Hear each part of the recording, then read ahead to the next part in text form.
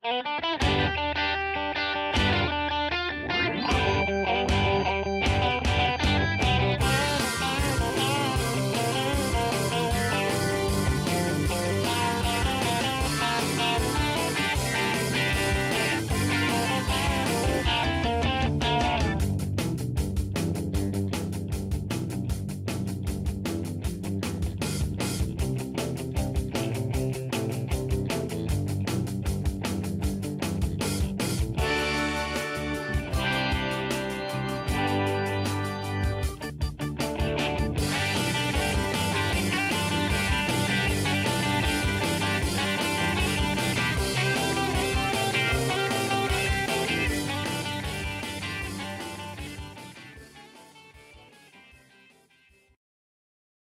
morning, everybody.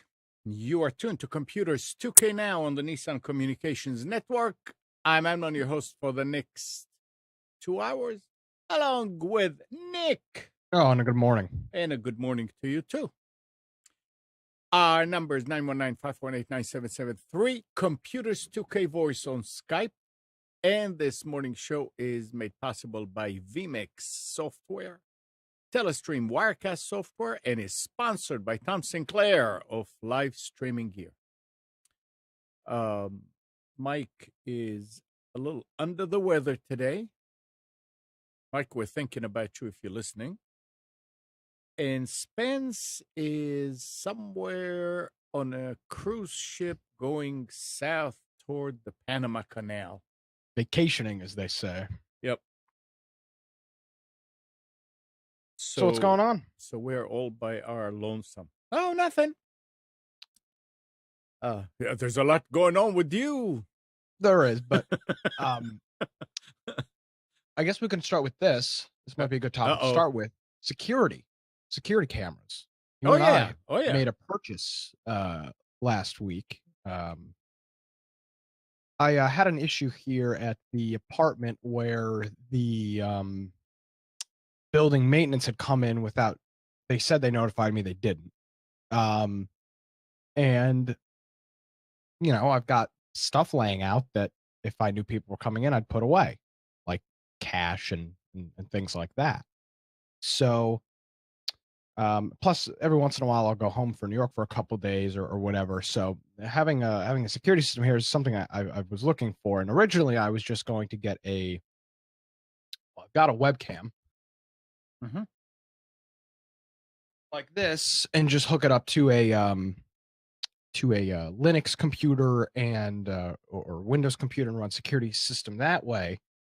There's a couple of issues with that. First of all, the software that's available, none of it is fantastic. And the second issue is IR.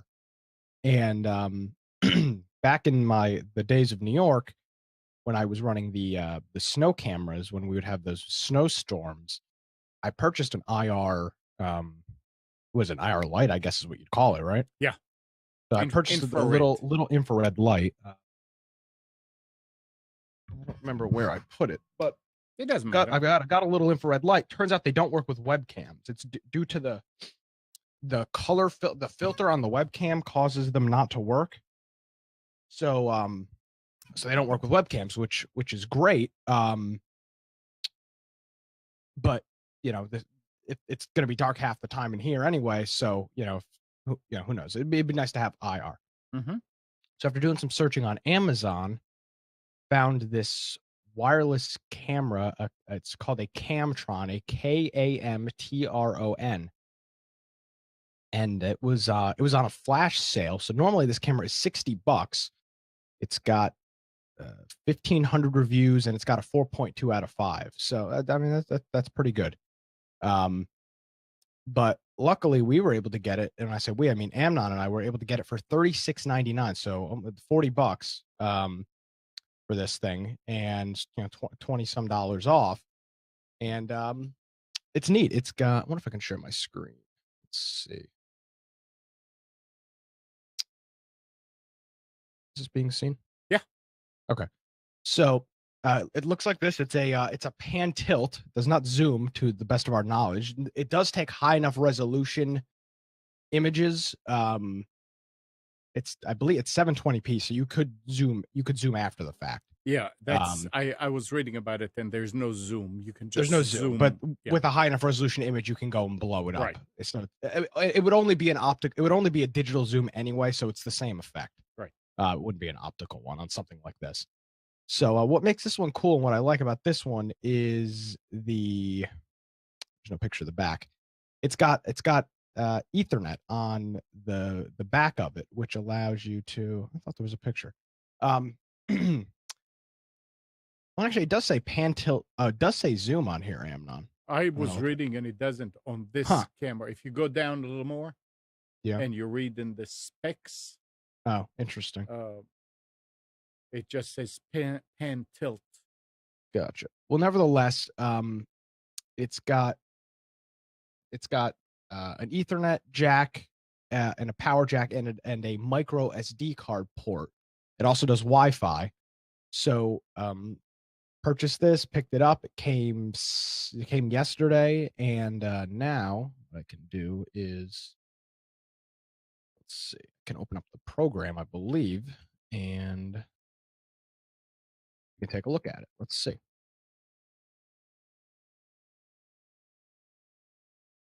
Mm, So if mm, I load mm. this up, you are now seeing the camera, which is sitting right up there. And if I turn the lights off, it will obviously switch into IR mode, and vice versa. Got the And time. and and It and does you can just alerts. swipe on your phone and Yeah, I can turn it pan and with tilt it. It's really software. neat. Yeah, I can pan the camera up if I'd like to, or pan it down. It's a nice little it's a cool little device Yeah. for for what was it, for $40. And you can talk through it, you can listen through it, you can adjust the color and all that stuff. You can take pictures, you can change the resolution. If you're on low bandwidth, you can do like I can switch this over to 720p and it'll click into a high resolution mode for streaming. Yeah, Um, right now we just see a black screen. yeah, it should click into it takes a while to load the 720p one. But it'll click into a to a high resolution mode and you can view it that way, which is pretty cool. Yeah, I mean it works great. And in the set so actually I you set time you set the date. I've never used security camera security system before, so this whole thing is kind of new. Um but it does push notifications to your phone if you set an alert schedule. So for example, I had it set from midnight to 6 a.m. to send me alerts. Well, I was up past midnight playing on the computer last night, so I had to turn that off for Saturday and Sunday because the second it hit midnight, it started saying motion detected, um, as I was sitting here. So you set up your time and date of motion, and I've got mine recording 24/7. And as of right now, I've got well, that actually might be a problem. Um, let's see.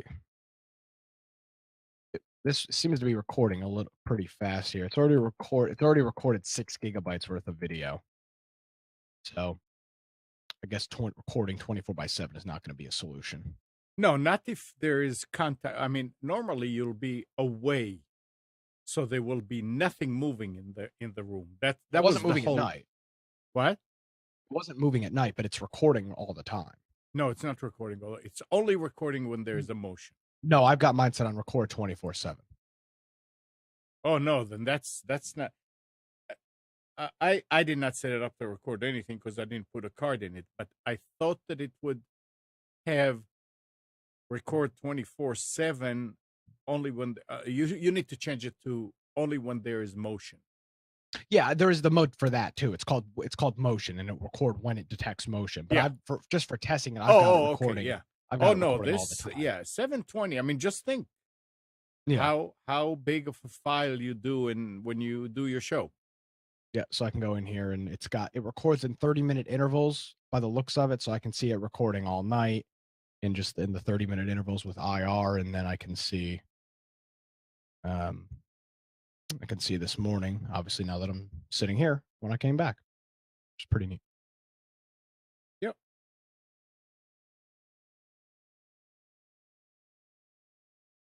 and she Yeah, works. there you go. Yep, works It, quite it well. works. It works very well. Yeah, for 40 bucks, I can't complain. Nope. I mean, I could complain, but that's not going to do anybody any good. No, I mean it does it does what it's supposed to do. Yeah. You'll be able to come back home and see if somebody was in your apartment. I Eh, can yell at them through the device, which I like. yeah, but that's kind of. I mean, you know, I would. Get out. You know, it's Yeah, it is not the best. no. All right, Facebook is up. I'll post a link in chat here, and if you're interested, you can go check it out. It's a great price for something like that. Really, it's unbelievable that they actually have something that's priced like that. I put hours in the living room where the dog is, and I'll be able Oh, cool. to watch what she does. Now, be aware this is, it is on the cheaper end of things, so it's not the most intuitive thing to set Right. up. Yeah. There are downfalls when you pay less than $100 for a security thing, but Right. um, pretty cool. Yuppers. Just going through the different channels, and boy, streamed at me, screwed up, but it's okay.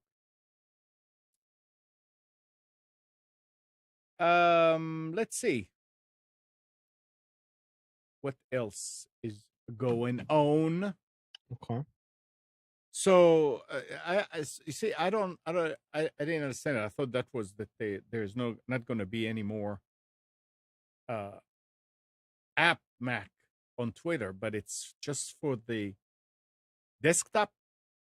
Yes, the Mac App Store, which never really took off. This was Apple's attempt at locking down the ecosystem, telling people that I think by default on the Mac to download a program from a website, you have to, like on Android, you have to go through and enable the developer options and allow what they call unsecure apps. Okay. They've got a similar thing for the App Store, and they're getting rid of the Twitter app. Yep.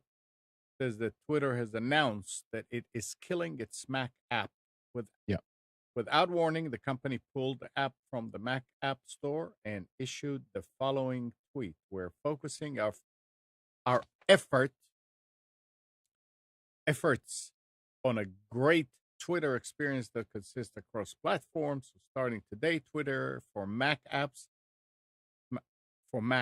will no longer be available, and in 30 days will no longer be supported either." So you need to, if you're on a Mac and you want to be on Twitter, you need to look into it. And another thing about the Apple and App Store, Apple emailed developers to inform them that all apps that are submitted to the App Store must support the iPhone 10 Yep. Super Retina display starting this April.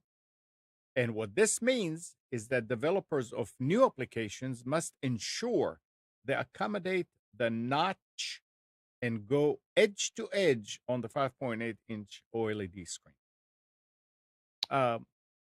Makes sense. Well, you know what's so weird? I was having a conversation with our friend Steve Haywood the other week. Yeah. And with every iPhone in the past that they've made a change to the screen resolution, they've mandated pretty much right off the bat that any new app, any updates require you to fit the resolution. The iPhone 10, I believe, is the first time that they haven't really done a force until now, and the phone has already been out long enough. But he said that most of the apps he uses they're not supported for the phone, so he has black bars around a lot of apps on his phone. Now, of course, the big boys like Twitter and Facebook and all those and all those guys, they're on top of it. But got some of these smaller app developers that really just don't care to fix it, because there's costs associated with it, and they just kind of leave it alone. And then you run into this issue where you've got the latest and greatest iPhone. You spent $1,200 on it, Mm-hmm. And you and can, the half the apps aren't even freaking supported, which is, yeah, I mean, would be incredibly annoying to me if I purchased this brand new iPhone with this edge-to-edge screen and half the apps I use have, are it's like using buying a half the flat screen screen. TV and only having SD 4:3 content available. Yep. It's a waste. No point. So I'm wondering if they're going to pull out or just new ones. They're Because probably going to make it so that if anybody updates, they say Apple, they say inform them that all new apps. So yeah, if the update or whatever. yeah, I would assume that if you I mean, if you're an app creator and you have an update, that you will, you know, you'll you'll have to do it. yeah, and people, like you said, people that buy that phone would go with another app that does support the full screen, Yeah, absolutely. and which makes sense. I mean, I'd be very upset if I spent all that money and was unable to take advantage of the phone screen. Yeah. Yep. Um.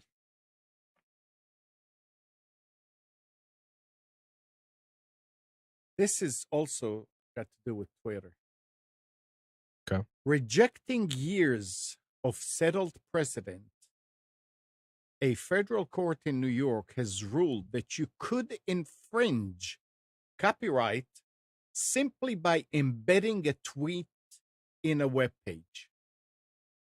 Even worse, the logic of the ruling applies to all inline linking, not just embedding tweets. If adopted by other courts, this legally and technically misguided decision would threaten millions of ordinary internet users with infringement liability. You know how many times we send an email and we just kind of, maybe, oh, that's in the webpage. Um, in a post somewhere on a blog, you quote uh, a tweet or whatever and type it in. That could be infringement. Hmm. That's I mean, it says that this legally and technically misguided. Yeah. Some of these judges are something else. I don't know what they go by. Seat of their pants.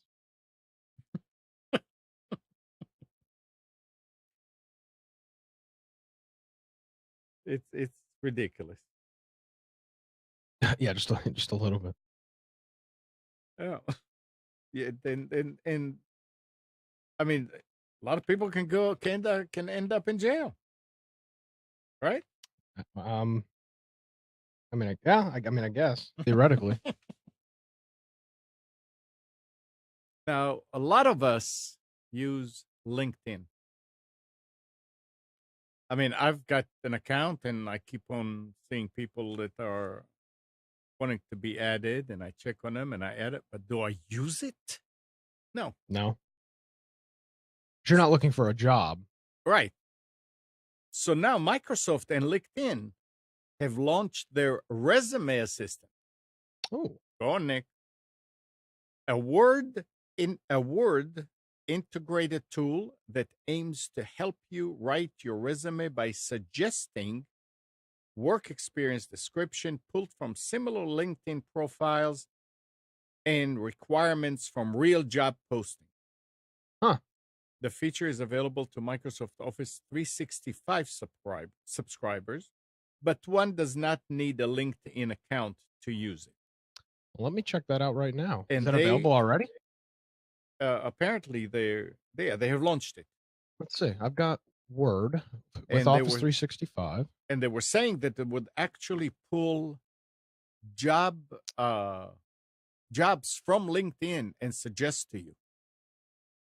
Yeah, let's see. I know there's a way to add. There's a place to add add-ons. Let me do a search for resume. I don't use Word. Office 365, so I don't know. Basic resume. It's downloaded my template. Hmm. but I need to install the add-on, and I don't know where to do that. I'll keep looking for it. We can come back, but It can be a very nice well, it seems like option. what it's going to do is if you say, "Oh, I have experience." Oh, there. Oh, I see it. Hold on. Hold on. Hold on.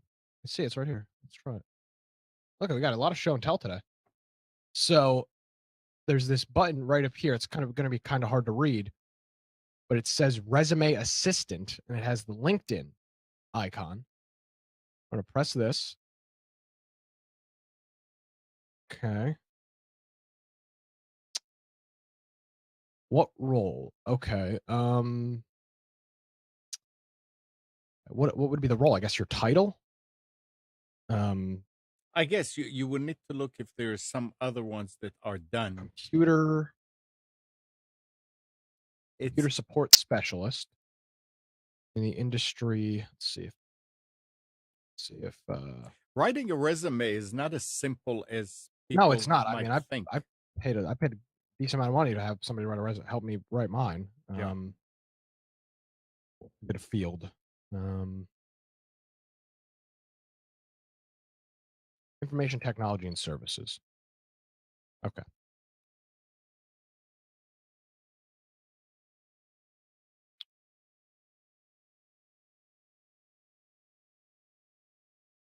Let's see. So this is these appear to be, oh, okay. This is very interesting. This is somebody's actual profile here. This person was a computer support specialist from 2018, excuse me, from 2008 to 2014. And can I copy? So this is a finished. Well, this isn't a finish. This isn't a job that somebody had. Oh, Doesn't give you a way to copy it though. Maybe you can't copy, maybe you just have to type in. But that's pretty interesting. So if you're looking for example, if I was looking for radio host in broadcast media, wow. I can see that I can look at what somebody else has done on their LinkedIn and kind of copy some of those buzz points if I've similarly done them. Huh. Yeah, that's what they were saying, that they would suggest others. That's pretty damn cool. Yeah. There it is. And hopefully the language is correct. Yeah, So, it's just a good it's a good it's a good starting ground. You can see, oh, okay, this is what another radio host did for theirs. Okay, they oh, I wouldn't have even thought about blank. yeah. But because it's on their resume. And that was the hardest part when I was when I was having mine created or was helping getting mine created was what I think is important to what I've done was not what I what would write on there because it's not a big deal. Yeah.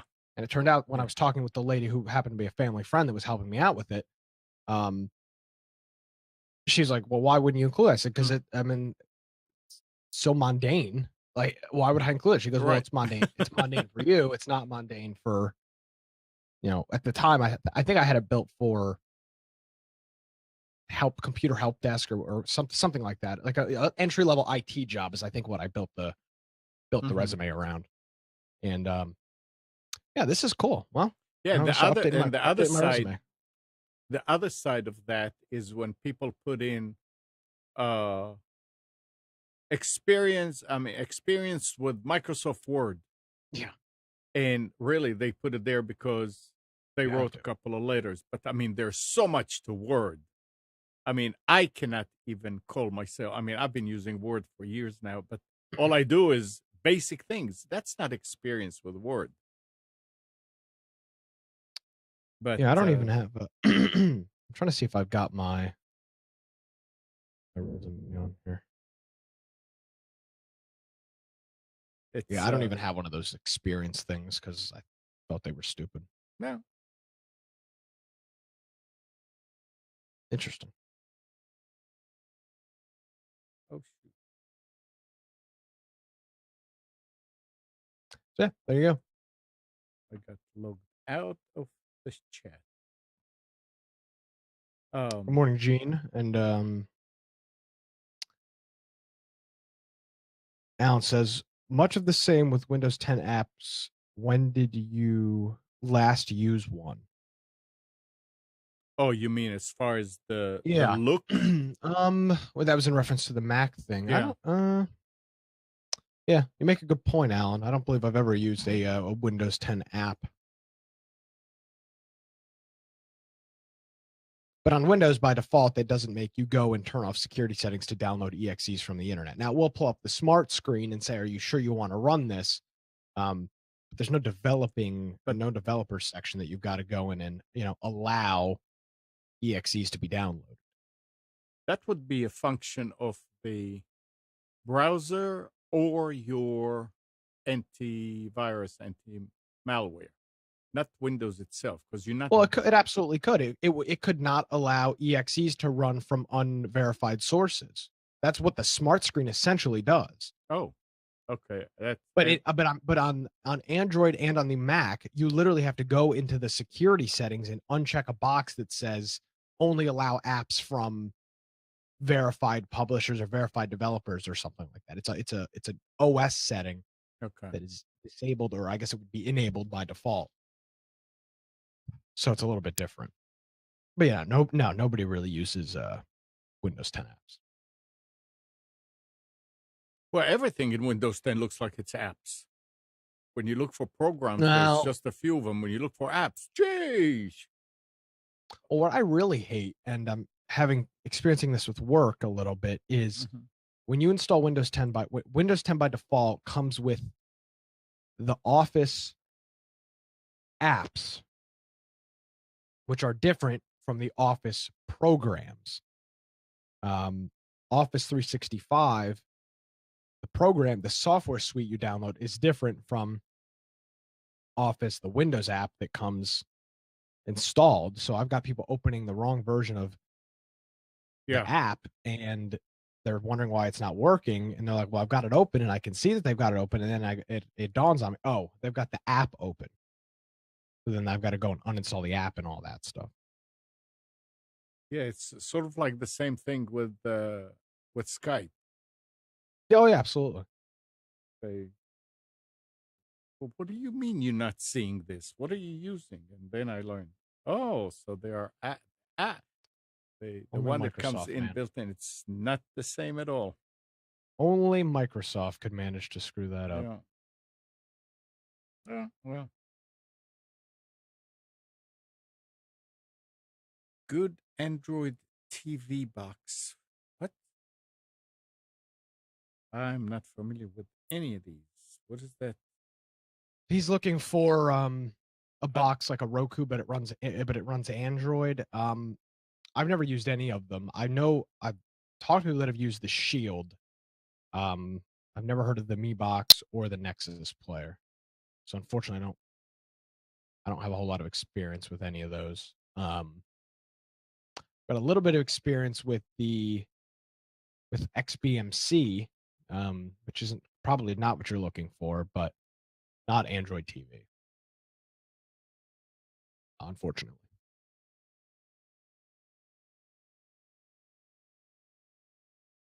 NVIDIA Shield TV. Interesting.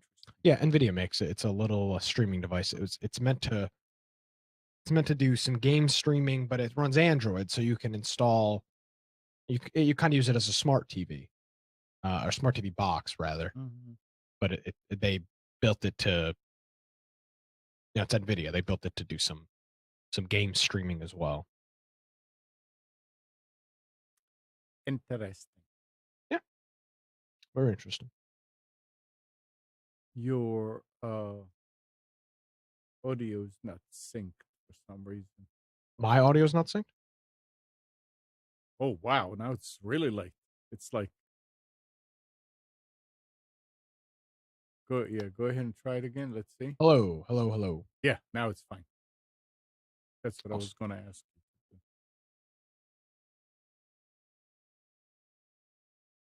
you. So these are these are boxes that you use if you cut the cord, so to speak. Yeah, it's the next level up from a Roku or an Apple TV, because it's Android, there's so many other options available for apps. There's a lot of piracy that goes on, which I'm not saying is bad or good, but there's a lot of piracy there's a lot of, oh, stream free movies and stream this and stream that. Um, so it's kind of the next it's kind of the next level up from a Roku or an Android. It's much more in depth. You can do a lot more stuff. If you're a tech nerd, there's a whole bunch of stuff that you can install on it. I mean, they're essentially just Raspberry Pis running Android that they put in a box with a, with a Bluetooth remote or something like that. So when There's Charles is little Android saying, phones. I mean, when Charles says the what's the expensive? The Shield is the most Yeah. expensive. What are we talking about? Do you know? Oh, it's a Charles, couple $100. how much? $200. Wow. Oh, it's $200 for the Shield. But the Shield is meant for game streaming. That's the big thing with that. With the Steam, which is a computer program that is kind of like your game library, they have a thing called Steam in-home streaming, and this is a box that is kind of designed to do that. This is a 4K HDR streaming device. So this is a this is a big deal. This is a big device to be using. There's a lot of stuff on there. Does it have? Is it like also a DVR, or is it just to receive? No, it's just to record. It's just got a regular HDMI output.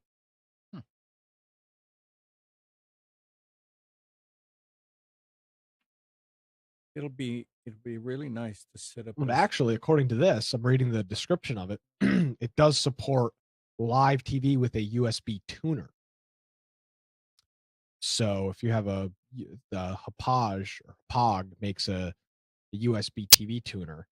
Fortunately, it's not going to do a whole lot now with everybody being digital, where you need a cable card. But you realistically could plug an over-the-air antenna into this thing and get some channels that way, which is pretty cool.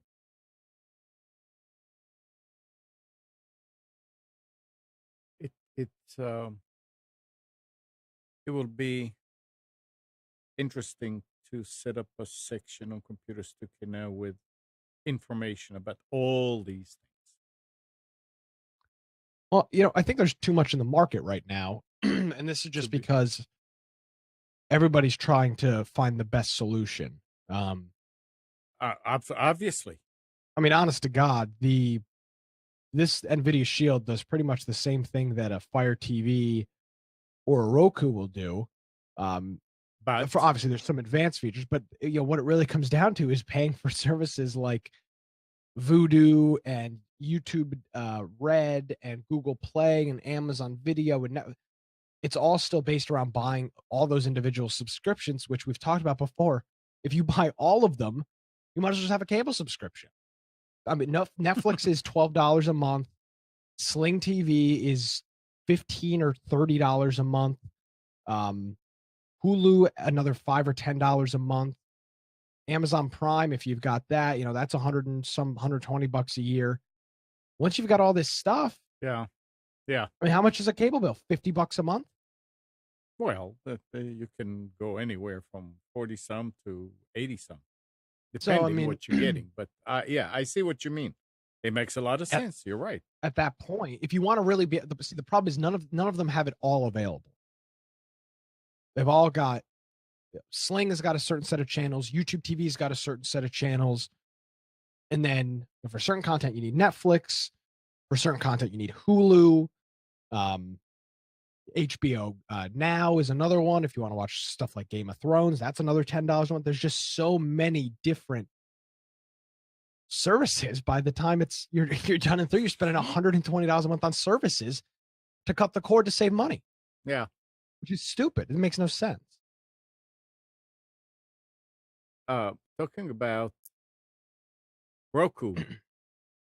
Yeah.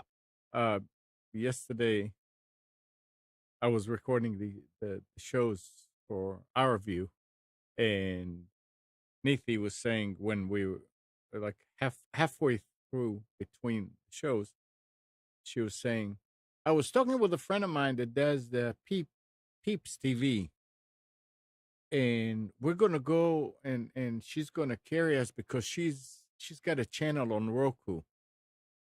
And I said, Nathan, you're on the Roku right now. I mean, we're on the Roku. She said, you are? Ugh. And she looked at it and she just went, wow, I can't believe it. I didn't know it. And she kept on promoting it during the show. And she just said, what else do you have that we don't know about? 40 streaming platforms. It was interesting. And she said, why didn't you tell me? I said, look, you look on the website, you'll see all these things. I do that. I do my thing. The rest of the stuff is out there for you, tools for you to use. And that's what it is. That's pretty funny. And I need to look to get back in touch with that guy that updated the app. Okay. Because that place where the pre-roll and post-roll said that I need to do something to my app that will allow me to tell it when to do ads. That this is something they cannot do. I said, okay. But yeah, I mean, if you, I know that we have a few people that are watching us on Roku. And that's convenient. Yeah, absolutely. And it's getting more and more convenient as it's tailored for people to use like they're using their TV. But Charles says cutting the cord for me, meaning him, means no more ads. See, that's different. That's not my thought of cutting the cord. But I guess if that's that makes sense.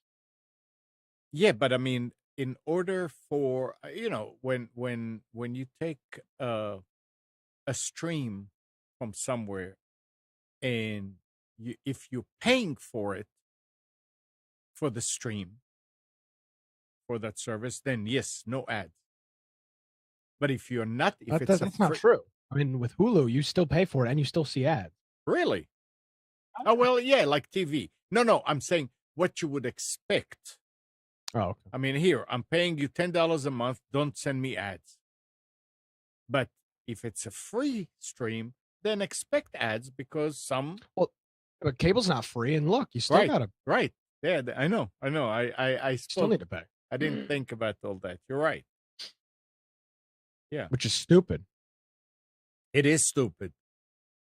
And if cable was $20 a month, okay, fine, give me ads and make some more money. But when you're charging us that much, yeah, it doesn't make sense. But we put up with it. Yeah. Nobody ever said, let's sign a petition. Yeah, those always work out really well. Right.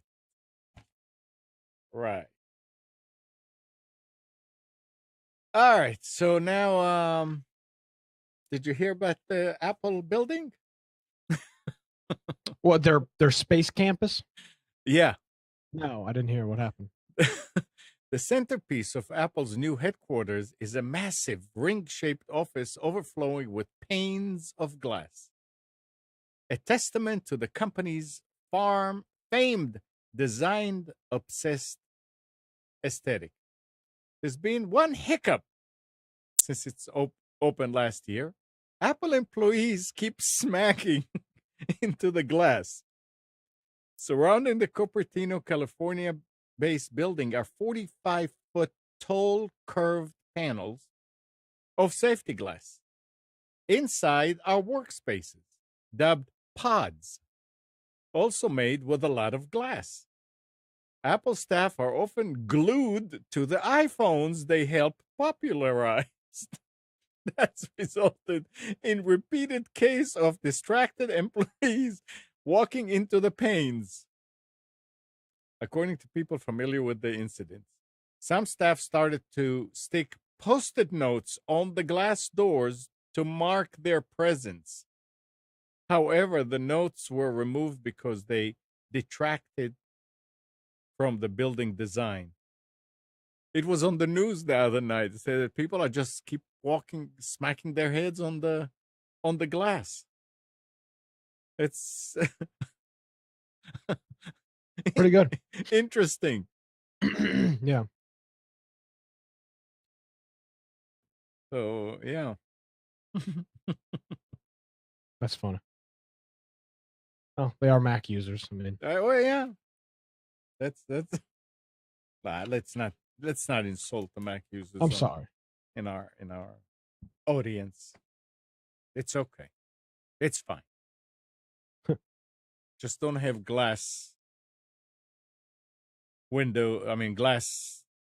panes. It's not. It's like the wall. It's a glass. These are glass walls. Okay, I mean, I don't understand how they have privacy. Everybody sees all over. You don't need privacy at Apple, I guess. No, you have the iPhone. It's enough. Yeah, there you go. Oh, in Windows 10, the U.S. Department of Defense has decreed that the Air Force must complete its migration to Windows 10 by March 31st.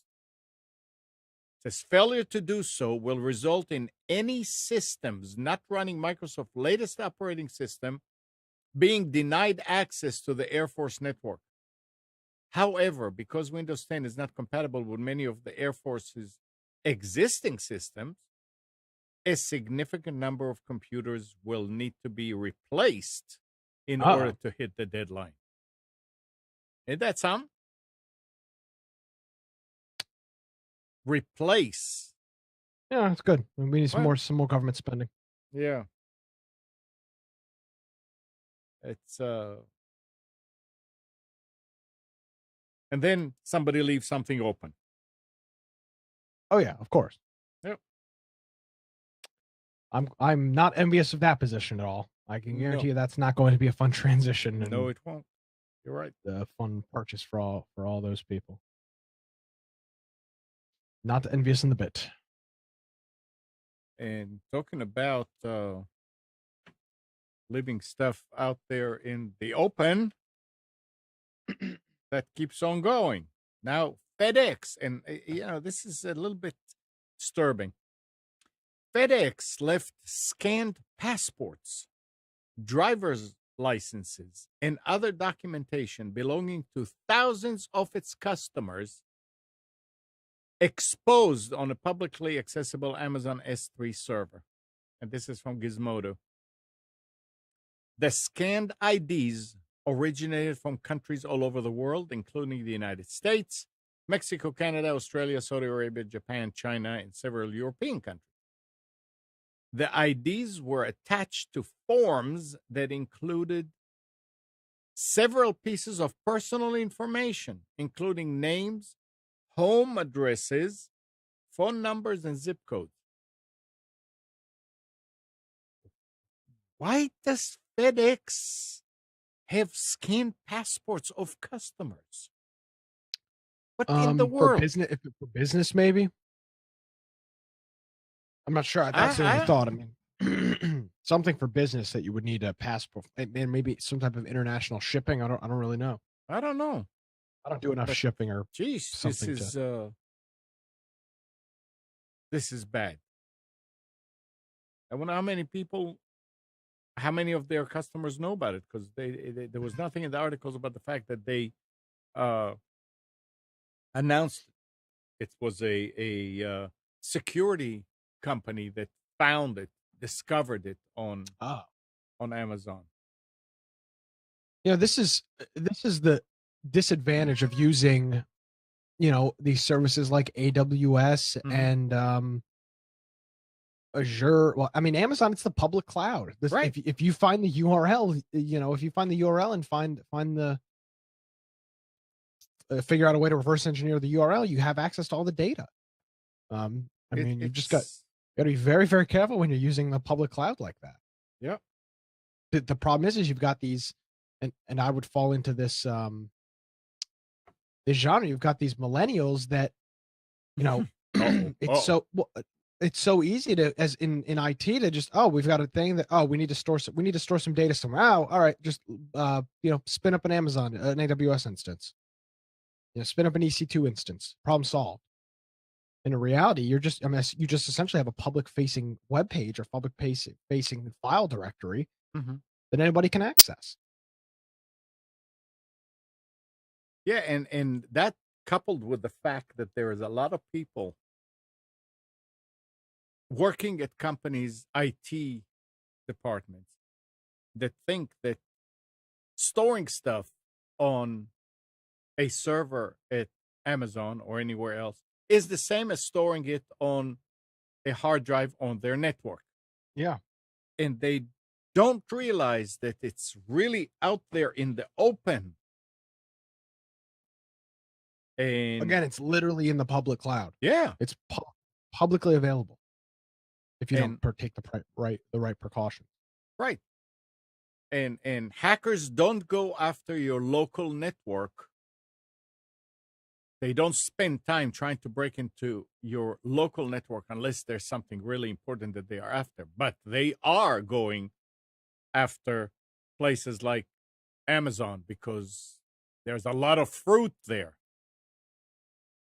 Yeah, a lot. So it's if anybody is thinking about getting into storing stuff on Amazon, they really need to know how it works and what security measures needed to be taken before just leaving information out there. And any information that you're going to store out there is sensitive. I don't think there's any information that is important enough to store that you want somebody else that is not authorized to see. Yeah.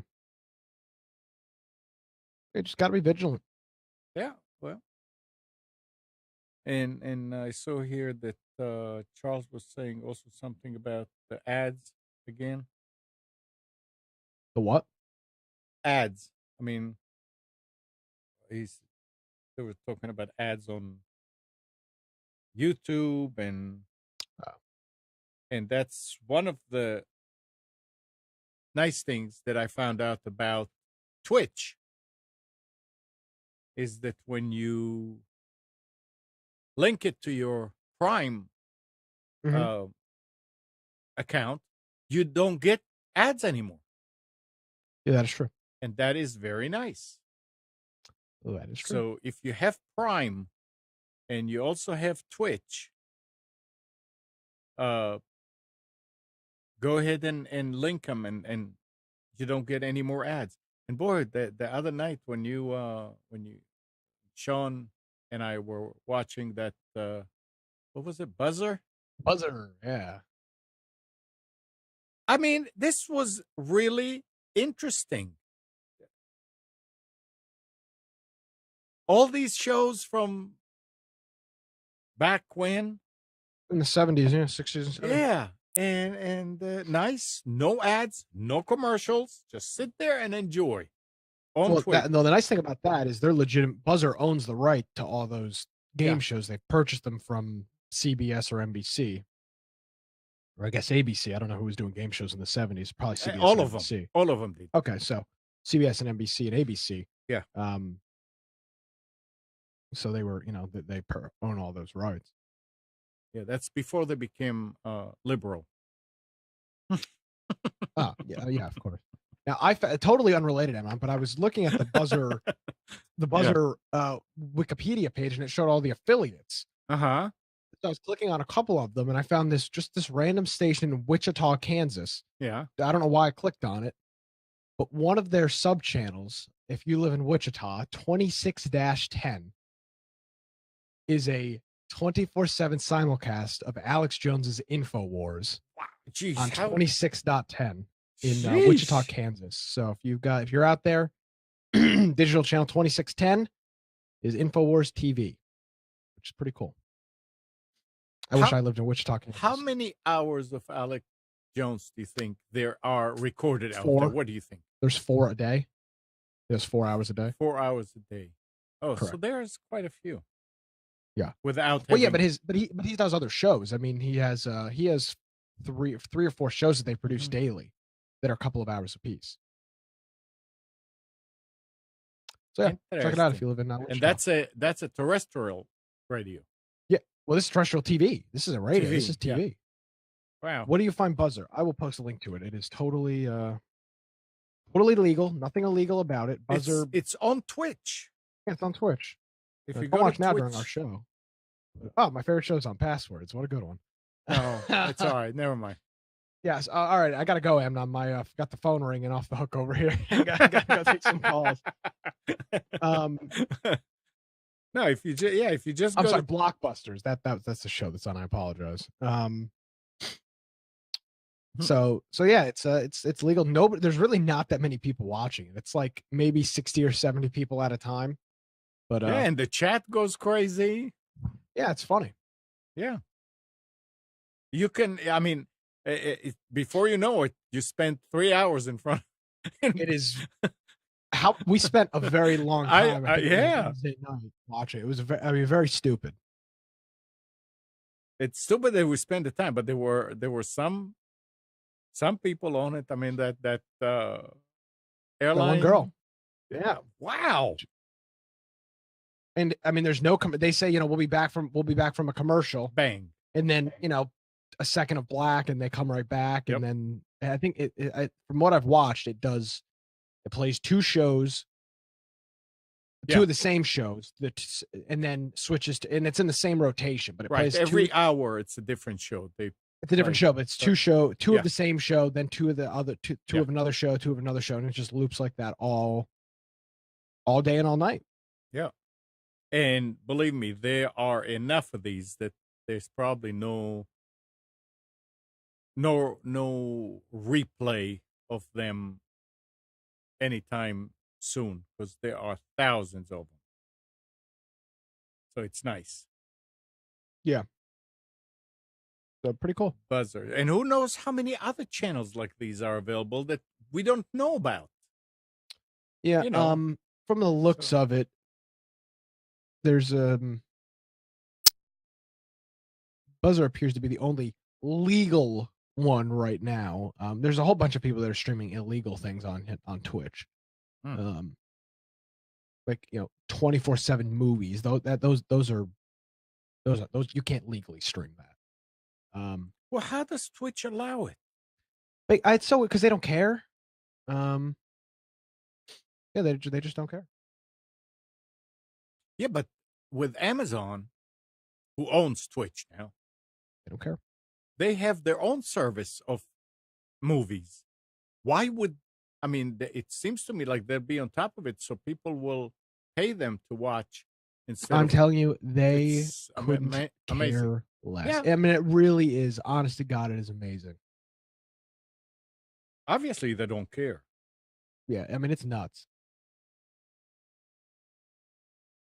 It really is crazy. All right. I've got something here. Okay. Talked about this a while ago, but it's kind of back in the news. So Time Warner Cable was sued by oh damn it, what's his name? The Eric Schneiderman, the Attorney General for New York. Couple of years ago, a couple of months before the merger went through, they were being sued for, I believe it was like falsely advertising speeds or falsely advertising rates. Correct. And part of the deal when Charter bought them, because I remember that's when it was in the news again, was the Charter is essentially buying this lawsuit. And according to this article on Ars Technica, they filed a motion, but they believed through the repeal of net neutrality to help fight its lawsuit. So they argued in the court filing that its motion to dismiss the case was bolstered by the FCC because of some state level regulations, and the New York Supreme Court rejected it and rejected their ruling. So it appears that the case will go onward, and I hope New York State sues the living hell out of Charter. Because they bought Time Warner, which, according to this, you have to take the good with the bad. Schneiderman alleges that the internet provider, quote, conducted a deliberate scheme to defraud and mislead New Yorkers by promising internet service that they knew they could not deliver. I mean, I think that's accurate. That's bad. Oh yeah, but they were doing it all over the country. It wasn't just in New York. Yeah, but yeah. I guess Eric Schneiderman, it was the only one that had the cojones to sue them. Mm-hmm. And I assume Charter thought they were just going to be able to get out, get out of it, but it doesn't appear that's going to be the case. Good. There you go. Absolutely. I mean, I don't see the promises of Time Warner right now in our area. If you watch, you see their commercials again and again for 940 megabits. 940 megabits. It's, and when I talk to them, say, "Oh no, it's not available." Well, why are you advertising it? I guess they didn't learn. Yeah. I don't know.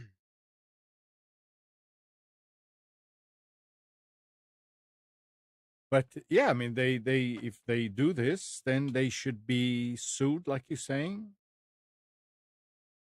and stop doing it. That's the thing, is they can't keep on doing it.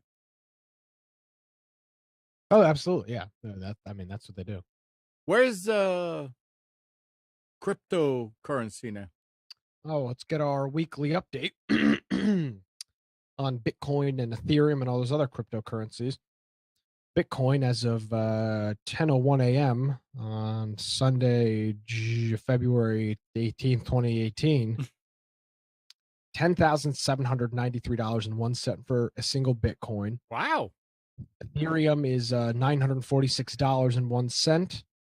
Litecoin is at $228.71, and Bitcoin Cash is at $1,510.01 as well. Let's see. I'm up like maybe $15 in Bitcoin, and I still have doubled my Ethereum money. I put $20 in, and at one point it was up to $70. It's now back down to 42 for the 20 that I put in. Retire soon. Yeah, well, see, my whole goal with buying this, and this is what I've recommended for people, is put a little, put a little bit of money in it, and just watch it. Makes it more interesting to watch the news. There is an article here that a growing number of Coinbase customers are complaining that the cryptocurrency exchange withdrew unauthorized money out of their accounts. It says in some cases, this drained their linked bank accounts below zero, resulting in overdraft charges. In a typical anecdote posted on Reddit, one user said they purchased Bitcoin, Ethereum, and Litecoin for a total of $300 on February 9th. A few days later, the transactions repeated 5 times for a total of $1,500, even though the user had not made any more purchases. That was enough to clear out this user's bank account, they said, resulting in fees. Coinbase representatives have been responding to similar complaints on Reddit for about 2 weeks, but the volume of complaints seems to have spiked over the last 24 hours. Similar complaints have popped up on forums on Twitter. I don't understand. Okay. If I want to buy $50 worth of Bitcoin, do I have to link my bank account so they can do this? I mean, Yeah. can they withdraw money from your account, from your bank account right now? Who is they? Who well, I mean, this is Coinbase. Coinbase is like a, from what I Yeah, understand. yeah, I know. I use Coinbase. Okay, so do they have access to your account? Did you authorize them to withdraw the money? Well, no, I've got my excuse me, I've got my debit card on there. Okay. So if they can take money out of the debit card again I mean, without if you, they just start taking charges on my credit card, I mean, I will pull my card out and sue them. but No, I mean, they can't get away with that. well, you see, it all depends. I mean, where is Coinbase? Do you know? Is there a really, No, they're not US, I don't believe. yeah, and is there really an entity called Coinbase that like with a headquarters in Shanghai? I don't know. Or is it also a virtual company that you can't go after? That's a very good question. I don't know. I don't know. I mean, I would think that I would go and if I wanted to invest, I would go into a website and something and say, okay, I want to buy $50 and here, PayPal, $50. And that's a one-time thing. I give it to you. You don't get it from me. You don't come and take it. I give it. Yeah, I definitely didn't link my bank account. Okay, but this could be a serious problem, and so many people are complaining. There must be something there it's bad. I mean, I hope not.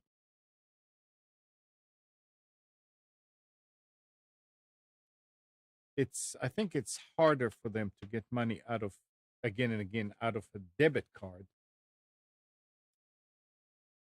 I don't use debit cards, so I don't know what you have to do in order to give somebody. But I know you have to put a pin and all that, and I don't know if you need to do Well, that. actually, now that I think about it, it's my debit card, but I don't believe they've got my CCV. I think it's my debit card, but I believe I just have it added as a credit card without the CCV. So it's just the CVV. I mean, they have to put a charge on the account. And I could tell my bank to stop. I mean, I could tell my bank to stop the charge. Yeah, now, absolutely. If I had it connected as a wire account like I do to PayPal, now that's a little more different because I believe then they can withdraw funds at nauseum. Well, then there's really no reason to link your bank account to any company any entity that you don't really know that is legitimate and have good business practices. I mean, in this story here, it could be that the user went and just clicked on something and didn't realize. If they don't really know what they're doing, you can, oh yeah, I want to buy some more. But if there are so many people complaining, there must be something. Yeah.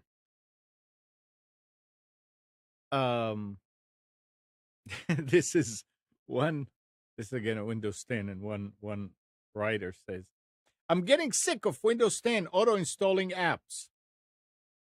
Apps like Facebook are now showing up out of nowhere and even displaying notifications begging me to use them.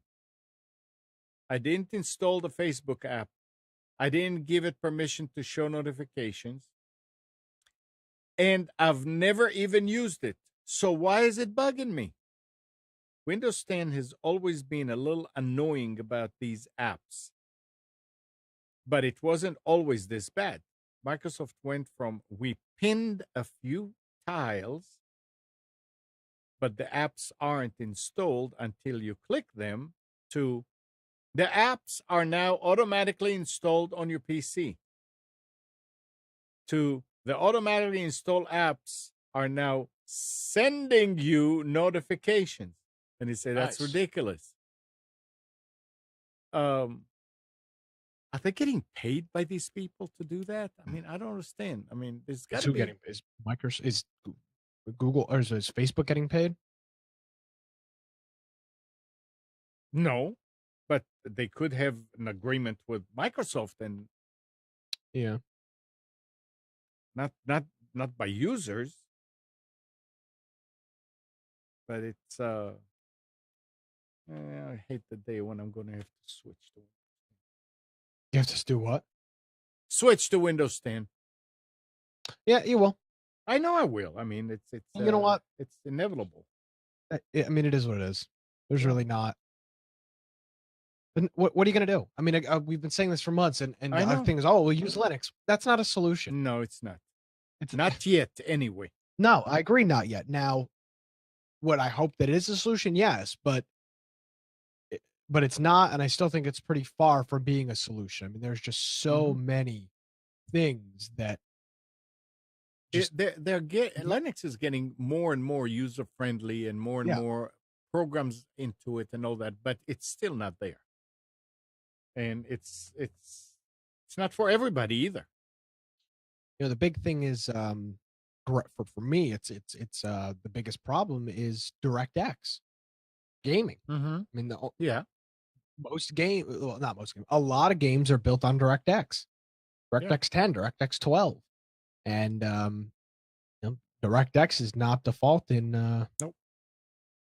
It's not Linux. There's a couple of ways. There's some workarounds for it, but and that slows things down. Whenever I mean, I remember when I had my Chromebook, I installed Ubuntu on it, and I run weather software called GR Level 3, and it's Windows software, and the graphics pane is DirectX. So I found a way with Wine to get DirectX to run, but every once in a while I'd open it and it would just say DirectX is not installed, and it would just keep crashing. And I used to have to uninstall it and reinstall it for it to work. And it was just this constant back and forth of trying to get this stupid thing to work. And it just doesn't work. It's not user friendly. You can't be uninstalling software to fix DirectX issues, every 3 days. Not even if you drink. No, not even if you drink. I mean, you tried it with wine. I mean, people I know. try I with mean, hard liquor and it didn't work. Little. No, it's not. Some It's not. Jack, and then you're really screwed. But yeah, it was just frustrating that stuff like that didn't work. And of course, it wasn't a Windows app. I get it, or it wasn't a Linux app, but there's a whole bunch of little programs and applets that I'm sure that I run that are Windows only. Yeah.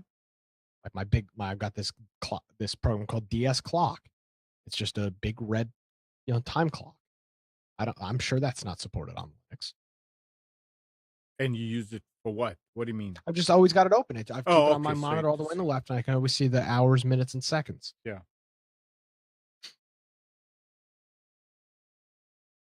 Yeah, I mean, it give it time. Maybe Linux will get there to be a replacement, but yeah, it's not there, and it's not going to happen next week either.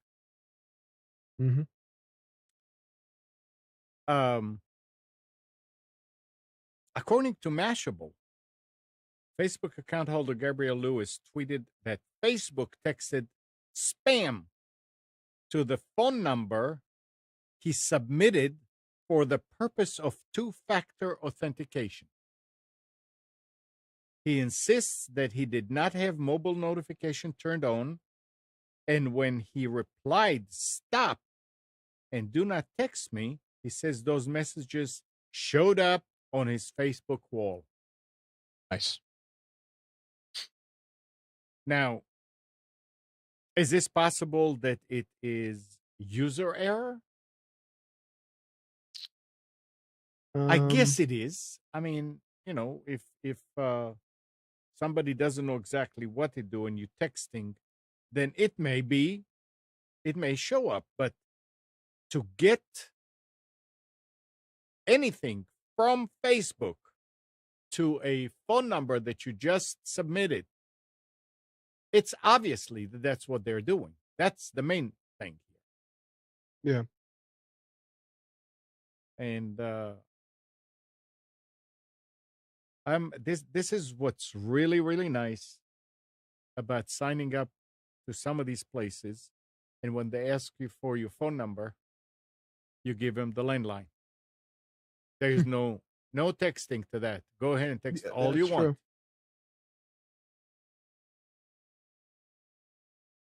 So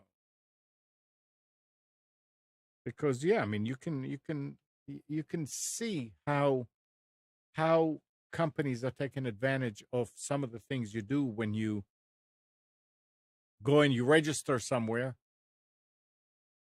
and a day, an hour, whatever later, you start getting spam that has to do with that site that you went to or other stuff.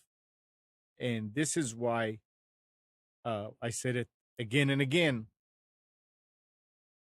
Anybody can do that right now, is when you register to any of these places, or when any place that you know that you just need to get something from, go ahead and put your email address, but instead of putting Nick at, just put Nick hyphen or Nick plus, and put the name of the site that you're on. So Yeah. if you're on abc.com, you put Nick plus abc at your domain name, and it works. It'll come to you. You don't need to set up a new account to receive these, because when they get to your server, they'll come to your normal email. But then if you get it, you can see who it was addressed to. And if you see that it was addressed to Nick plus ABC, you know that that site either sold it or they're spamming you. And hopefully you'll be able to block that spam that says it's coming to Nick plus whatever, and you won't get those anymore. And that's free to anybody that uses email. I don't think there are any servers that don't support that. You can try and send yourself an email with the plus or the minus, and put something in there to yourself and see if you get it. But yeah, to do that, that's low. And we still need to see what happens with new implementation of email, like they're talking about that Google is doing. And I mean, there are ways to stop spam in its tracks right now, but nobody's like what? Well, like what? Oh, there is one option in mail servers that you say you only receive email from legitimate mail servers. Anybody that sends email sends it through mail server, not through your, I mean, when you write an email out of your Outlook, it doesn't go directly to the other side. It goes through the mail server. And people can register. I mean, if you have your own network and you are a techie guy and you created your own mail server, you should be able to go and register it as such. And it becomes a standard web server. We tried to implement it a few times, and you just realize that there are so many of these mail servers out there that belong to big companies that are not configured right, and then your mail server is looking and say, no, this is not right. This is not configured right, so this is somebody spoofing it. And in the early days, like 10, 15 years ago, I used to call these companies and tell them, here's the problem and this, and it was nice. And it was Lowe's, and it was Aaron Rents and all these. but you can't do it. I mean, you have to run a business. So I say, okay, forget about it. If the big guys like Google, Microsoft said, okay, from now on, this is the only way that we accept mail, then these big companies and everybody that has a mail server is going to make sure that they are in compliance. Until they do it, it's not going to happen. If little old Amnon and Delta Force is saying, okay, we don't accept it, oh, okay, don't. Who cares? Yeah. Alan says the plus sign. So, I think Google works only with the plus sign. I'm not sure, but yeah, with Delta Force it works in both. Some other companies works just with the minus, so you need to play around with it. But it's and that's that's not going to be an ended all thing, because sooner or later, when a lot of people use that trick with the plus or the minus, the spammers are going to have a program that will go there and shave that plus whatever to the out of the email and send it. But at this point, I guess it's just not worth their time to do that. But yeah, there are ways to stop it, but people are making money out of it, and apparently the big guys are okay with that. 919-518-9773, Computers 2K voice on Skype. Guys, call in and we can talk. And Gary, Mike is sick.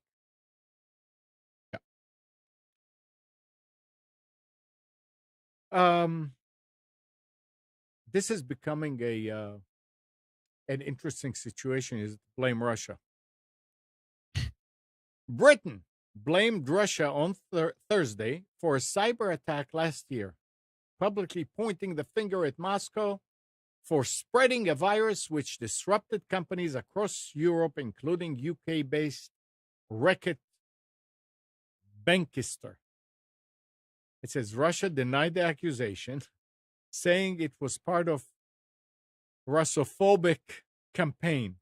It said was being waged by some Western countries.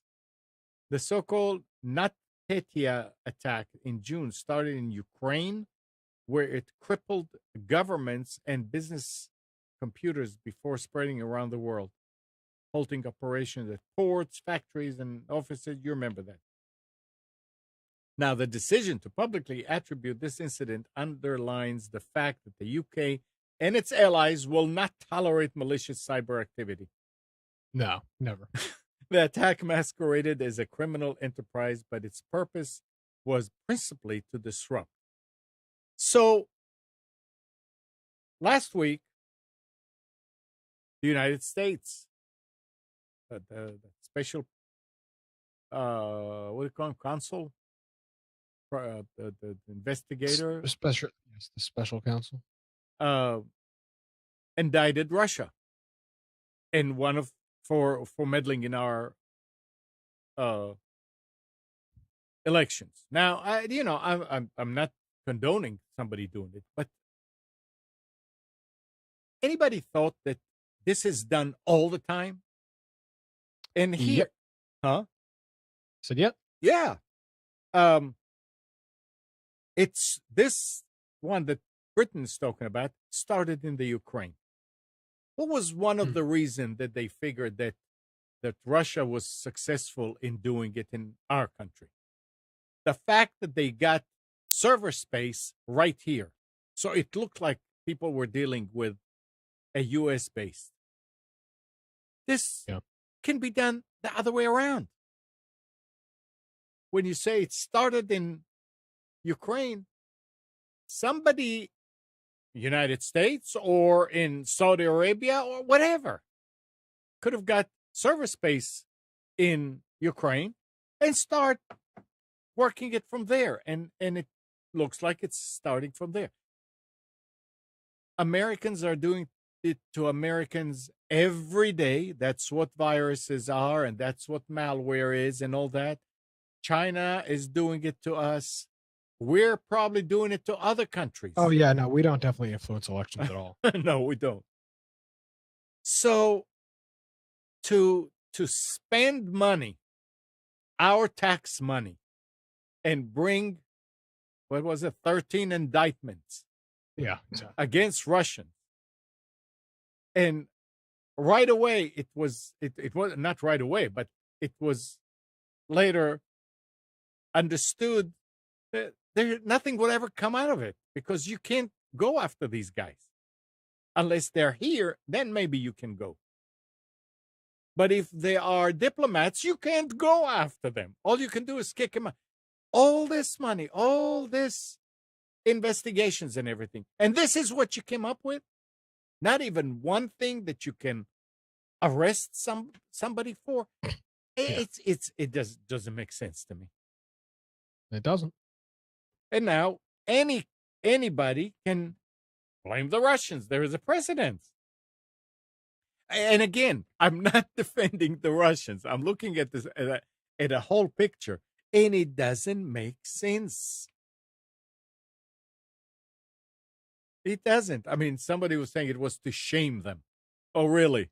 All you're doing is you're creating a situation where other countries can say, oh, so there are people that were successful because they were successful in driving a wedge between our people here. If that's what it is.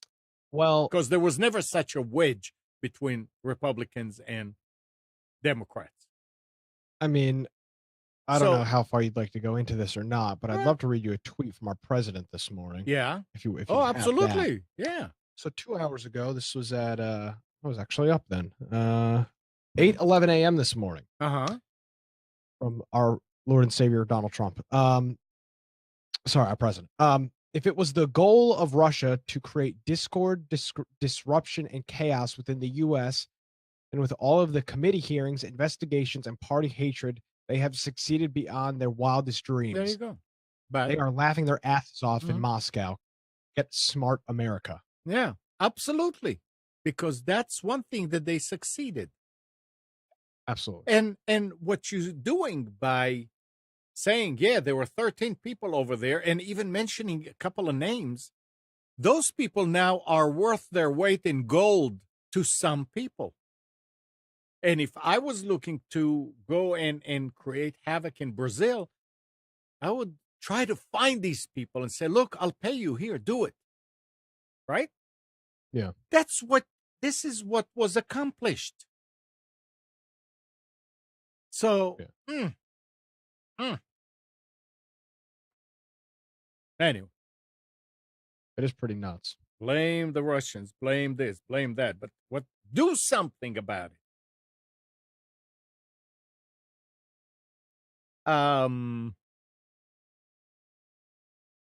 Here's something else about security.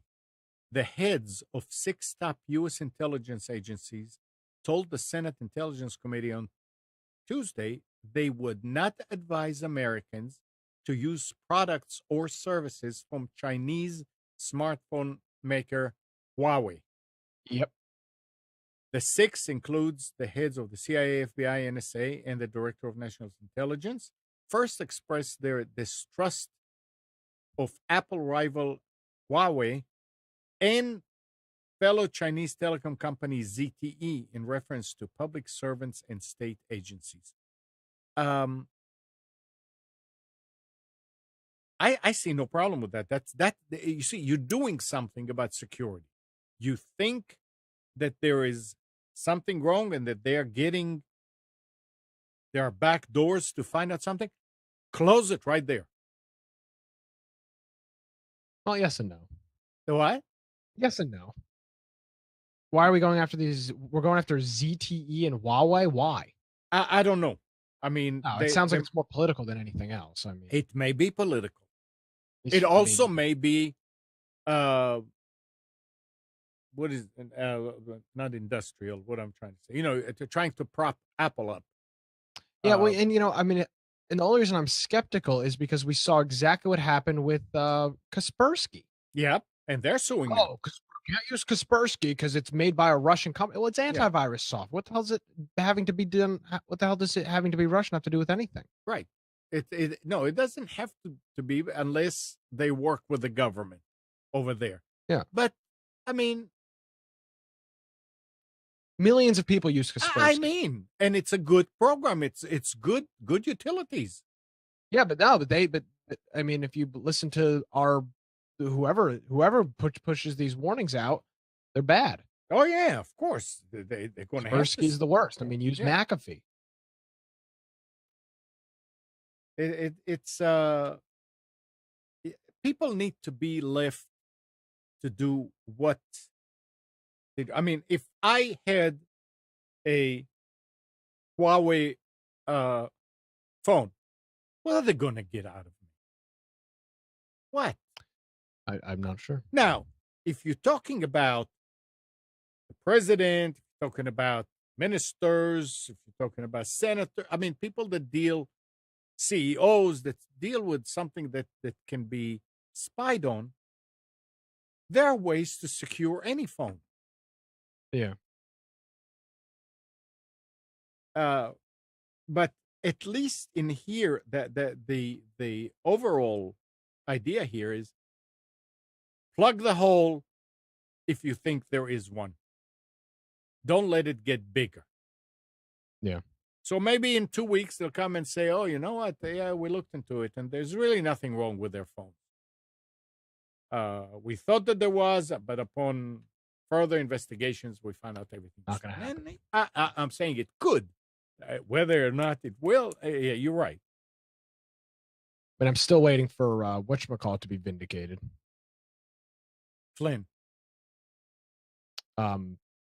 Kaspersky. Oh, well, I again, and I doubt this. Now they are suing the government for doing this, As they should. so we'll see what comes out of that. It's because it's a commercial entity. Yeah, it's a business. Yeah, And the U.S. government has And- decided, oh, anything that is, yeah, I mean, you'd think we were fighting the Cold War or something. yeah, and we're getting real close to being back at it. In We don't clean if our act up. things You're keep- absolutely correct, because we're Yeah. just assuming that everything from a foreign country is some type of way to spy and whatever on Americans, Now- and I don't believe that's the case. I mean, all the crap that we do hacking into Iranian Hmm. whatchamacallits, power plants, and nuclear, nuclear sites. I mean, we screw with that stuff 24/7. Where's the outrage? But at the same point, at the same time, you cannot say that none of them do that. I mean, there must No, be I'm not saying something. that they all don't. Where there's but- smoke, there's fire. So, but I would Yeah. agree with you. now the new Apple speakers, smart speakers, Okay. can discolor wooden surfaces, leaving a white mark where they are placed. The firm has acknowledged, and it says that the U.S. company has suggested that owners may have to re-oil furniture if the HomePod is moved. Yep. The device went on sale last week after having been delayed from its original 2017 release date. Apple told Pocket Lint that it was not unusual for speakers with silicon bases to leave a mild mark. But the gadget review site told the BBC it had never seen anything like this problem. The website's founder, Stuart Miles, told the BBC that a speaker left a mark on his kitchen workshop within 20 minutes. Wow, Work done. that's incredible. Yeah.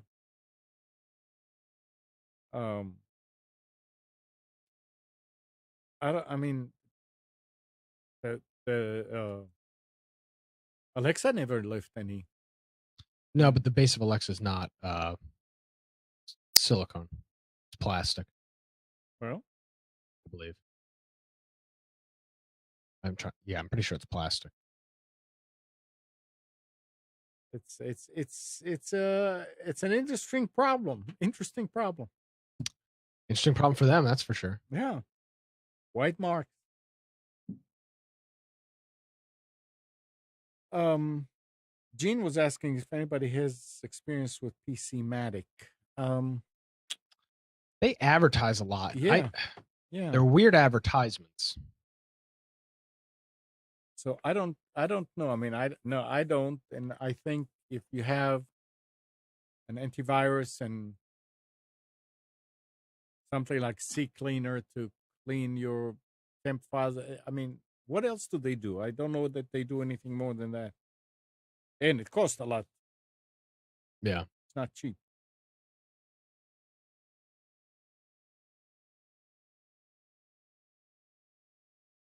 Now, going back to cryptocurrency, a cryptocurrency startup named LoopX has pulled an exit scam after collecting around $4.5 million from users during an ICO, initial coin offering, held in the recent weeks. The LoopX team disappeared out of the blue at the start of the week when it took down its website and deleted its Facebook, Telegram, and YouTube channels without any explanation. Telegram is there such thing as Telegram? Telegram is the app that is you need the private encryption key to communicate with people. Oh, okay. So yeah, Telegram is an app. Okay. People who invested in the startup are now tracking funds moved from account to account in a Bitcoin Talk forum thread and banding together in the hopes of filing class action suit. again, so yeah, it's geez, $4.5 million. Now, if it's 4.5 million people that put $1 each, that's a different story. But I kind of doubt that that's what it is. Yeah, I doubt that as well. But yeah, you go and you put money and it's a new thing and all that, and people got money to spend. Mm-hmm. Skype. ZDNet reports of a security flaw in Skype's updater process that can allow an attacker to gain system-level privileges to a vulnerable computer. If the bug is exploited, it can escalate a local unprivileged user to the full system-level rights, granting them access to every corner of the operating system. What's worse is that Microsoft, which owns Skype, won't fix the flaw because it would require the updater to go through a large code revision. Yeah, wouldn't want to have to do any work. Yeah. Instead, Microsoft is pooling all its resources on building an altogether new client. They're so lost. Amazing. Really is a shame. Amazing. I'm not sure about this, but the language here is can escalate a local unprivileged user. I'm wondering if that means that you have to be at the machine to do that. Or have access to the machine. Yeah. I don't know if that's what it means or it's just, but it's a problem. It's definitely a problem. And a lot of people are using Skype.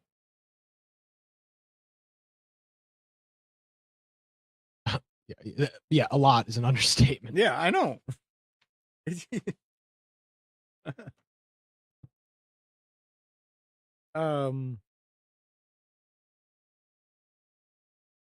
see what else. Now, Belgium has put in a thing out there that says that Facebook must stop tracking Belgian users surfing outside the social network and delete data it's already gathered. Nice. or it will face fines of 250,000, which is $312,000 a day, and that's a court rule that. So apparently, Facebook was tracking those users even when they were Oh, outside of of. course. Things are happening, and we're not. Well, something's got to happen. I mean, this stuff is ridiculous. I mean, Yeah, it is. I swear to God, and I don't have any way to prove this. But the other day, I swear to God, I was talking about something, Yeah. and I got a Uh-oh. freaking Facebook ad for it. Oh, geez, you're kidding. Oh, I mean, I'm not saying. yeah. I mean, I may have done a search. I don't remember doing a search about it, and then I started saying, I don't remember what it was, and I was like, God damn it! They're listening to me. Interesting. Scary. Yeah, it is. It's not a good feeling.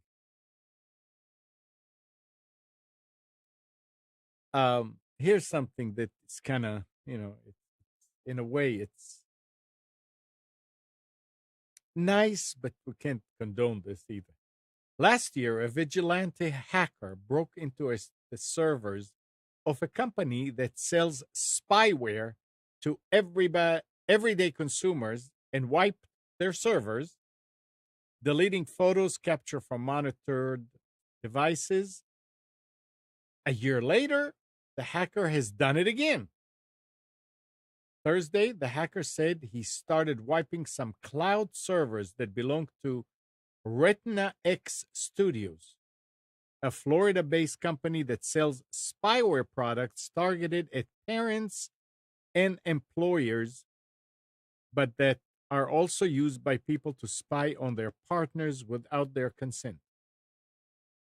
Retina X was one of the two companies that were breached last year in a series of hacks that exposed the fact that many otherwise ordinary people surreptitiously install spyware on their partners and children phones in order to spy on them. This software has been called stalkerware by some.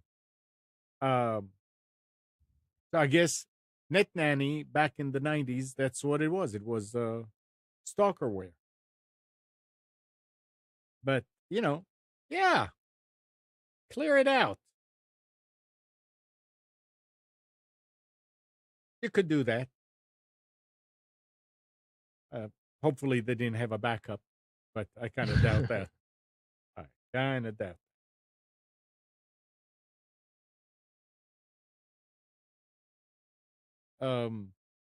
Books and books. TechCrunch reports of the slow demise of Barnes and Noble. It's a shame. There have been many signs of trouble for the bookseller chain over the years, but none have been more apparent than the recent layoffs made earlier this week. On Monday, the company laid off 1,800 people. This offered a cost saving of $40 million. In Ouch. fact, what Barnes and Noble did was fire all full-time employees at 781 stores.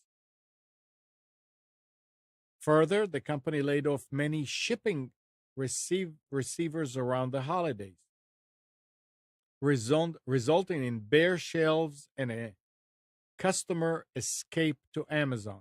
But I guess the reason why they got to that point is because of Amazon. In December 2017, usually Barnes & Noble key month sales dropped 6% to 953 million. Online sales fell 4.5%. It is important to note that when other big box retailers, namely Circuit City, went the route of firing all highly paid employees and bringing in minimum wage cashiers, stockers, and salespeople, it signaled the beginning of the end. So it's not just Barnes and Noble. It's a lot of big companies are doing this in order to save money. And the reason is because there are cheaper places to buy it from. I mean, to maintain a Barnes and Noble store or a Circuit City, I don't know, back then, Yeah. it's a lot of money, but it's a lot of Oh, yeah, jobs, absolutely. but it's also a lot of local jobs. That is true. And those Amazons out there and Walmart, the Jet, whatever, and all that, they taken away from that, and those chains are go by the wayside. It's a shame. You're right. It is a shame, absolutely. Yeah.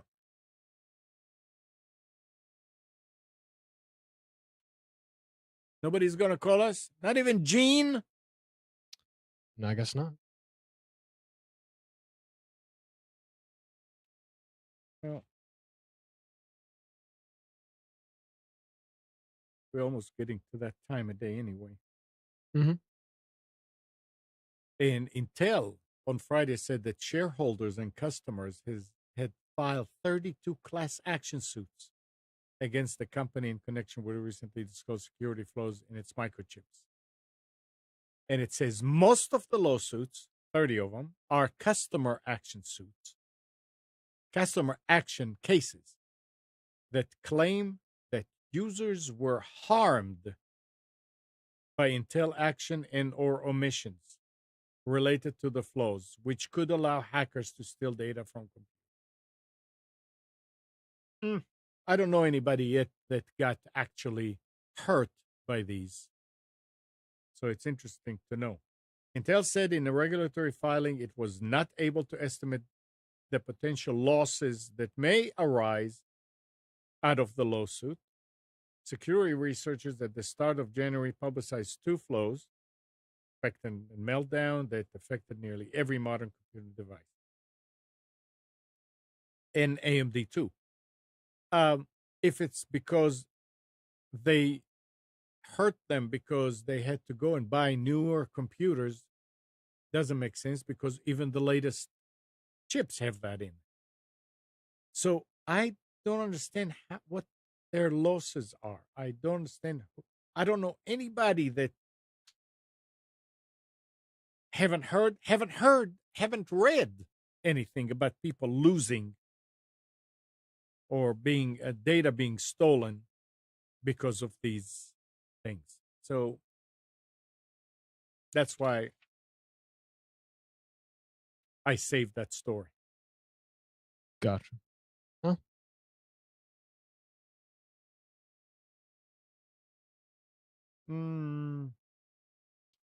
Facebook, again, Facebook unveiled this kid-friendly version of its signature messaging service in December, while the YouTube Kids scandal was in full swing. Messenger Kids, which is the Facebook one, has been designed to serve as a fun, safer solution for family communication. From different reports, it's apparently going to get them addicted, and they as young as 6, get them addicted to Facebook. Well, that's the goal, isn't it? Yeah. What's the shock here? And it says to forestall criticism, Facebook asserted that the app had been developed alongside thousands of parents and a dozen expert advisors. But it looks like many of those outside experts were funded with Facebook dollars. At least 7 members of Facebook's 13-person advisory board have some kind of financial tie to the company. So there are the National PTA, Blue Star Families, Connect Safely, and the Yale Center for Emotional Intelligence. Anybody that thinks that Facebook is putting an app out there just to help people, wake up. Wake up, sheep. Yeah. Not going to happen. No. Not a chance. But hey, we're all using it, so Yep. we're just as at fault with everybody else. So, So, you're doing a show tonight, right? yes, sir, that's the plan. What you going to talk about? Probably spend some time on this FBI stuff. Of course, we talk about the Florida shooting, which is just Which again is an FBI stuff. Yeah. Yeah, a lot of FBI stuff. Talk about the Florida thing. It's all a shame. That's nothing fun to talk about, but Yeah. it's important stuff, and fortunately, it's stuff that we got to cover. Yeah, it's just there's a lot happened last week, and it's amazing how the liberal media is looking at that.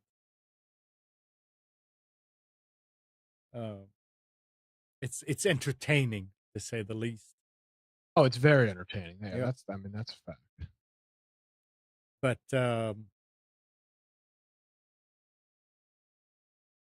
well, if any of you is wondering what I was asking Nick about his show, Nick does a show. It's a political show. Sunday evenings at 7 on the station that in Wilmington where he's working. It is very informative. We're all proud of Nick for being like. I mean, it's amazing. You hear him here, and if you listen to him on his show, it's sort of like a completely different Nick. It is a more serious Nick. All serious, all business, all the time. It's a very good. I mean, I enjoy sitting there and listening to it. I appreciate And it. it's only audio, guys. It's not a video, so you don't see him. But it's a very good analysis of what's been happening. Thank you. Yeah, we have a fun time. Yep. Take callers and so on and so forth. And you're still doing your infection podcast. Yeah, as always. On Tuesday evening at 7. Yeah. And that's has to do with games, and it's no longer a one program. It's covering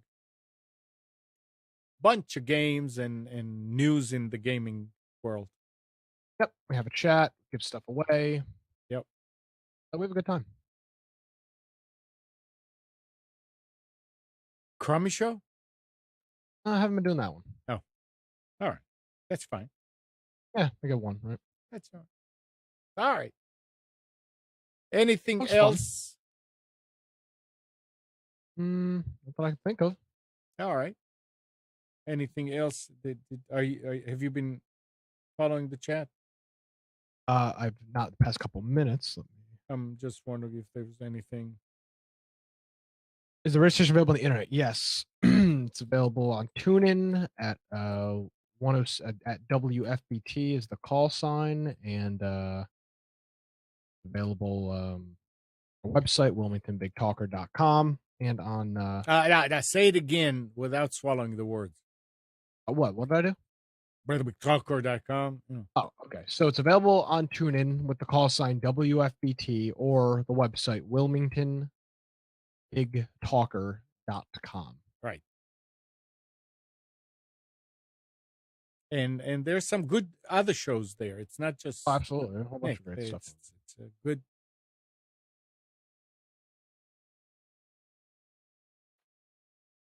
Mike is sick. Gary. Oh, where's Mike? And Mike hasn't been here? Oh, God. Very confusing. All right. Goodbye. Thanks, Nick. This was fun. Thank you. This was a good conversation back and forth. And good morning, Kathy, Hannah, Nabil, Mac, Norm, Katie, and Donna. Thanks, everybody, for tuning to Computers 2K Now. We hope you enjoyed and maybe learned something from our time together. Remember to practice safe computing. Back up your hard drive and update your virus scanner. We'll be back here next Sunday at 9, but you can always reach us at computers2know.com. While you're at it, like us on Facebook and subscribe to our YouTube channel. Again, tonight at 7, Nick is hosting Against the Norm on Wilmington's Big Talker 106.7. Listen on TuneIn. See you next week.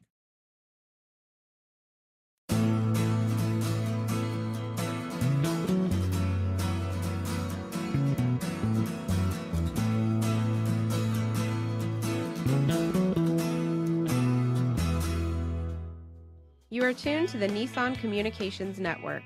If you tuned in too late, you can always watch each program in its entirety or download an MP3 audio file of it in the archives section at nissancommunications.com. Don't forget to subscribe to our YouTube channel, follow us on Twitter, and like us on Facebook. Sponsored by Telestream's Wirecast software, StreamingGear.com, Carolina Apparel, and DeltaForce.net.